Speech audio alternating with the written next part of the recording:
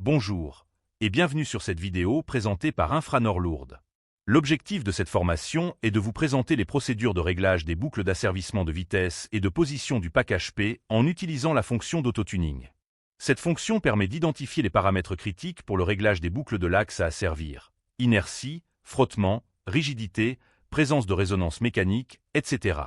De plus, d'autres outils avancés sont mis à disposition permettant un réglage optimal pour l'application. Planification des gains des régulateurs en fonction des conditions d'opération de l'axe, haute vitesse ou à l'arrêt, analyse fréquentielle de la réponse en boucle ouverte pour visualiser les résonances mécaniques et utilisation de filtres coupe-bande pour filtrer ces résonances. Ces résonances sont dues au couplage élastique entre le moteur et la charge. Quand la rigidité du couplage augmente, la fréquence de résonance, WR, augmente. A contrario, quand la masse ou l'inertie augmente, la fréquence de résonance, WR, diminue. Sur cet exemple de machine de découpe laser, plusieurs fréquences de résonance sont présentes. Entre le sol et la structure de la machine, de l'ordre de quelques hertz, entre la structure et le variateur, de l'ordre de la dizaine de hertz, et enfin entre le variateur et la charge. Seule cette fréquence WR3 a un impact sur la régulation. Dans le cas des direct drive, la rigidité du couplage entre le moteur et la charge est très importante. Pour des petites machines avec des inerties faibles, la fréquence de résonance est de l'ordre de quelques kHz. Pour des machines plus grosses, avec des inerties importantes, la fréquence de résonance est de l'ordre d'une centaine d'hertz. De plus, dans le cadre des machines à couplage mécanique indirect, de type vis à billes ou poulie-courroie, la rigidité du couplage entre le moteur et la charge est plus faible que sur les direct drive. Par conséquent, la bande de fréquence de résonance est entre 100 Hz et 1 kHz, suivant le type de structure mécanique, rapport de réduction, longueur de la courroie. Dans cette formation, nous verrons des cas pratiques sur 4 bancs, présentant chacun des spécificités mécaniques différentes. Commençons avec le premier banc. Celui-ci se compose d'un moteur Mavilor, BLS 72A, avec une faible inertie sur l'arbre. Tout d'abord, connectons-nous au variateur avec le logiciel Optio. Dans notre cas, nous utiliserons la liaison USB. Le moteur a préalablement été sélectionné, configuré et enregistré dans le variateur. Ouvrons ensuite l'onglet Contrôleur dans le menu Projet. Le curseur Autotuning Current Limit permet de limiter le courant lors de la procédure d'autotuning afin de préserver la mécanique de la machine en faisant des à-coups moins importants. Choisissons le mode d'opération en fonction de l'application. Dans notre cas, nous allons choisir le mode Profil-Position.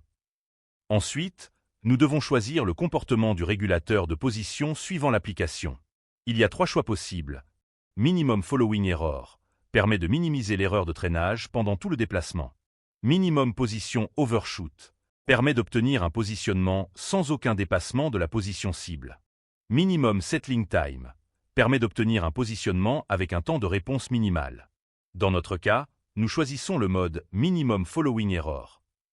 Pour le dernier paramètre, Autotuning Mode, si vous êtes avec un axe vertical uniquement, il faut sélectionner Drive Disabled or Enabled Vertical Axis. Sinon, il faut choisir Drive Disabled Only. Ce mode permet de protéger la machine dans le cas où les gains calculés seraient trop forts. Dans notre cas, nous choisissons le mode Drive Disabled Only. À présent, lançons la procédure d'autotuning.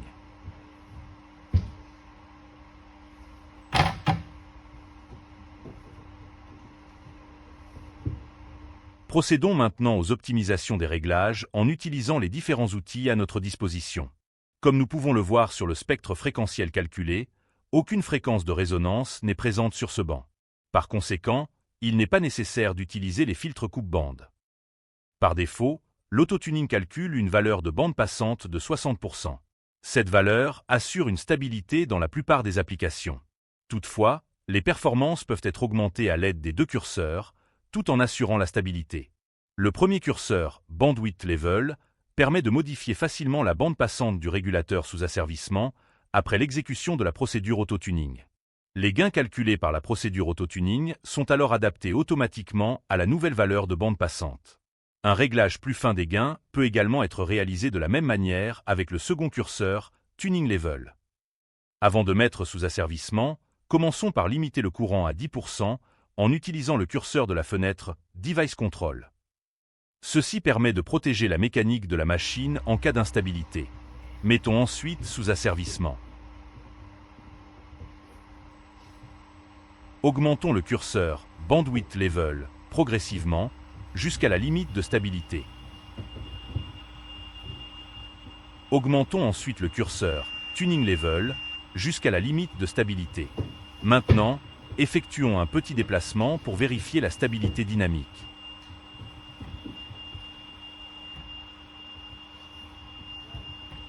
Nous voyons que les asservissements sont stables en déplacement, nous augmentons donc le courant à 100% et nous faisons un déplacement plus grand.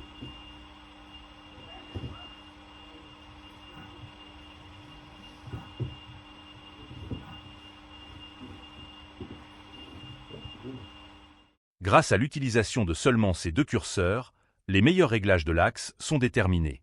L'erreur de traînage pendant le mouvement a été divisée par 3. Continuons avec le second banc. Celui-ci se compose d'un moteur Mavilor FP1111 avec une inertie directe sur l'arbre. Ouvrons ensuite l'onglet Contrôleur dans le menu Projet. Choisissons le mode d'opération en fonction de l'application. Dans notre cas, nous allons choisir le mode Profil Position. Ensuite, nous devons choisir le comportement du régulateur de position. Dans notre cas, nous choisissons le mode Minimum Following Error. Pour le dernier paramètre, Auto-Tuning Mode, nous prenons le mode Drive Disabled Only. À présent, lançons la procédure d'auto-tuning. Nous pouvons voir sur le spectre fréquentiel qu'une fréquence est visible. Cependant, pour comparer les performances avec et sans filtrage de résonance, nous allons démarrer les réglages en ne prenant pas en compte celle-ci. Tout d'abord, limitons le courant à 10% en utilisant le curseur de la fenêtre Device Control. Mettons ensuite sous asservissement. Augmentons le curseur Bandwidth Level progressivement jusqu'à la limite de stabilité. Augmentons ensuite le curseur Tuning Level jusqu'à la limite de stabilité. Effectuons un petit déplacement pour vérifier la stabilité dynamique. Nous observons que les asservissements sont stables en déplacement, nous augmentons donc le courant à 100% et nous faisons un déplacement plus grand.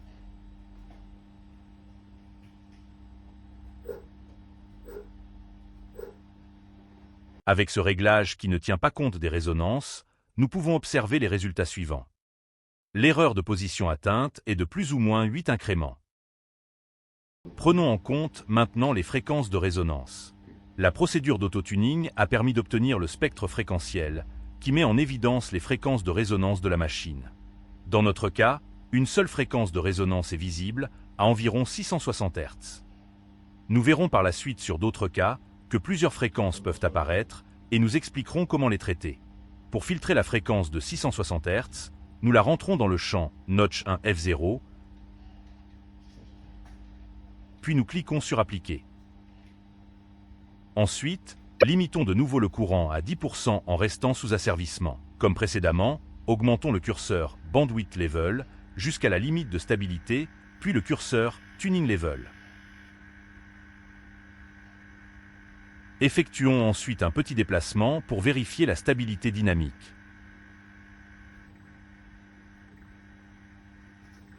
Enfin, augmentons le courant à 100% et faisons un déplacement plus grand.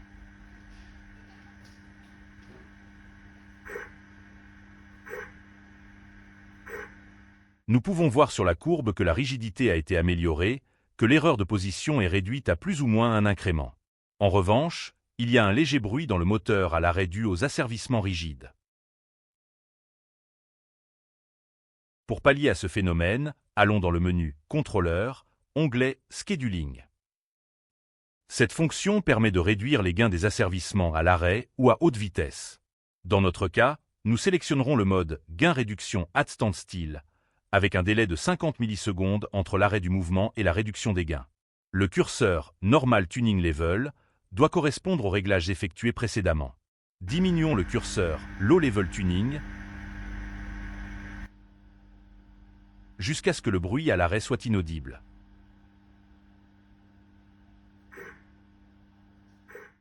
Comme nous pouvons le voir sur la courbe, il n'y a plus de bruit à l'arrêt, tout en conservant les mêmes performances que précédemment en mouvement. Continuons avec le troisième banc. Celui-ci se compose d'un moteur Mavilor BLS 115A avec un montage mécanique de type poulie-courroie. Ouvrons l'onglet Contrôleur dans le menu Projet. Choisissons le mode d'opération en fonction de l'application. Dans notre cas, nous allons choisir le mode Profil Position et le mode Minimum Following Error. Pour le dernier paramètre, Auto-Tuning Mode, nous choisissons le mode Drive Disabled Only. À présent, lançons la procédure d'auto-tuning. Nous pouvons voir sur le spectre fréquentiel que deux fréquences sont visibles. Une fréquence à environ 250 Hz et une seconde à 760 Hz.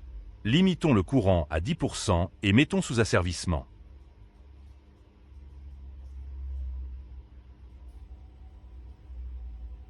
Nous pouvons voir que lorsque nous augmentons le curseur Bandwidth Level au-delà de 60%, les boucles deviennent instables à cause des résonances mécaniques. Avec cette bande passante de 60%, nous obtenons la courbe suivante. L'erreur de position est de plus ou moins 80 incréments. Pour filtrer les deux fréquences de résonance trouvées lors de l'autotuning, nous devons les rentrer dans le champ Notch 1 F0 et Notch 2 F0, puis cliquer sur Appliquer.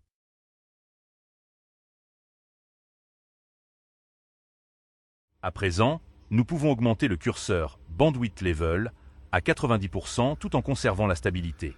Effectuons ensuite un petit déplacement pour vérifier la stabilité dynamique.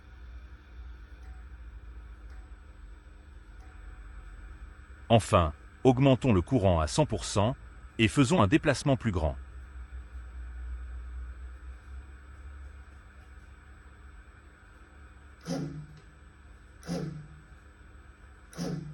Nous pouvons voir sur la courbe que l'erreur de position est désormais de plus ou moins 18 incréments. Grâce à l'utilisation des filtres Notch, l'erreur de position a été divisée par 4. Mais il y a un léger bruit dans le moteur à l'arrêt, dû aux asservissements rigides. Utilisons la fonction Scheduling en mode gain-réduction at standstill, avec un délai de 50 millisecondes entre l'arrêt du mouvement et la réduction des gains. Diminuons le curseur Low Level Tuning jusqu'à ce que le bruit à l'arrêt soit inaudible.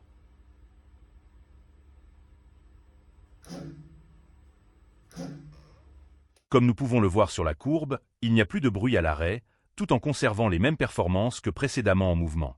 Cependant, ce réglage n'est optimal que pour une tension de courroie donnée, car celle-ci a un effet direct sur la fréquence de résonance basse.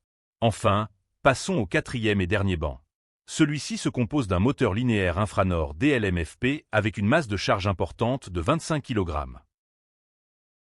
Nous choisissons le mode d'opération Position Mode. Ce banc correspond à une application d'indexation à cadence élevée qui impose un positionnement très rapide. À la fin du déplacement, le temps de réponse de la boucle de position doit être le plus court possible afin d'améliorer les cycles de fonctionnement de la machine et le taux de production. Par conséquent, nous choisissons le mode Minimum Settling Time.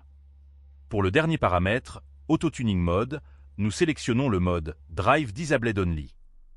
À présent, lançons la procédure d'auto-tuning.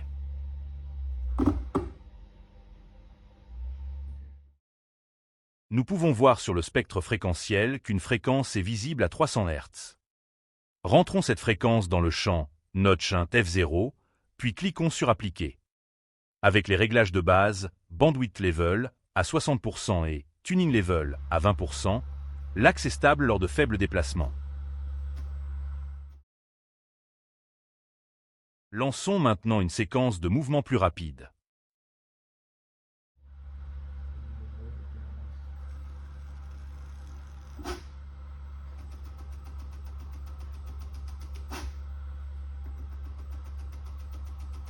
Dans ces conditions, nous obtenons la courbe suivante. Nous pouvons voir que le temps de stabilisation est d'environ 90 millisecondes.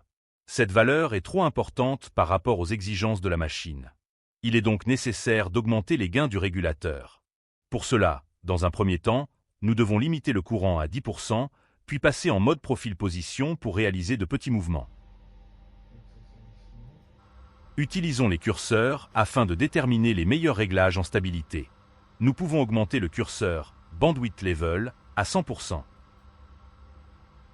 En revanche, le curseur Tuning Level doit être limité à 40% pour obtenir la meilleure stabilité. Nous constatons qu'avec ces réglages, les boucles d'asservissement sont stables lors de petits mouvements. Lançons de nouveau notre séquence de mouvements rapides.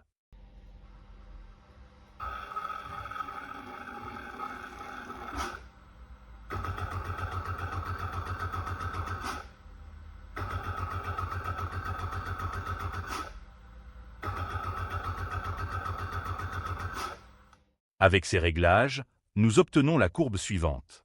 Nous pouvons voir que le temps de stabilisation est passé de 90 millisecondes à 10 millisecondes.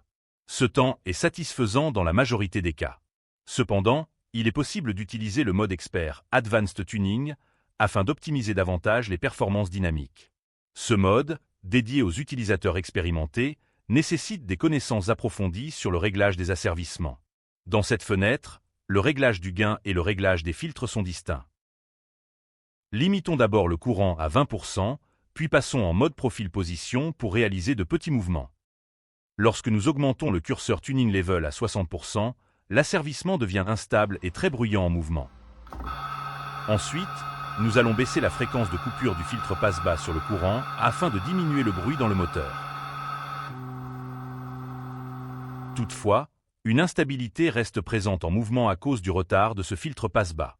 Nous allons donc réduire le filtre sur la mesure vitesse afin de réduire le retard en boucle fermée et ainsi augmenter la stabilité. Enfin, afin d'améliorer la marge de stabilité, réduisons la bande passante du filtre de notch. Avec ce mode expert, sur notre séquence de mouvements rapides, nous pouvons voir que le temps de stabilisation est passé de 10 millisecondes à 4 millisecondes. La fonction auto-tuning associée aux outils de réglage avancés d'Optio a permis d'obtenir des performances élevées dans les asservissements de vitesse et position des exemples traités. En résumé, la démarche générale de réglage du pack HP comprend deux étapes. Tout d'abord, l'identification des paramètres de l'axe en boucle ouverte par la fonction auto-tuning. Ensuite, la recherche du réglage le mieux adapté à l'application de l'axe dans la fenêtre Tuning Adjustement. L'utilisation des filtres coupe-bande permet des gains de performance significatifs dans certains cas de résonance mécanique sur l'axe, lorsque la fréquence de résonance est proche de la valeur de la bande passante de la boucle fermée. Cependant, lorsque la fréquence de résonance est bien inférieure à la valeur de la bande passante de la boucle fermée, un filtre coupe-bande n'est pas toujours nécessaire. De même, lorsque la fréquence de résonance est très supérieure à la valeur de la bande passante de la boucle fermée, un filtre passe-bas est alors mieux adapté. Cette formation est à présent terminée. Pour des questions supplémentaires, le support technique d'Infranord France est joignable à l'adresse suivante.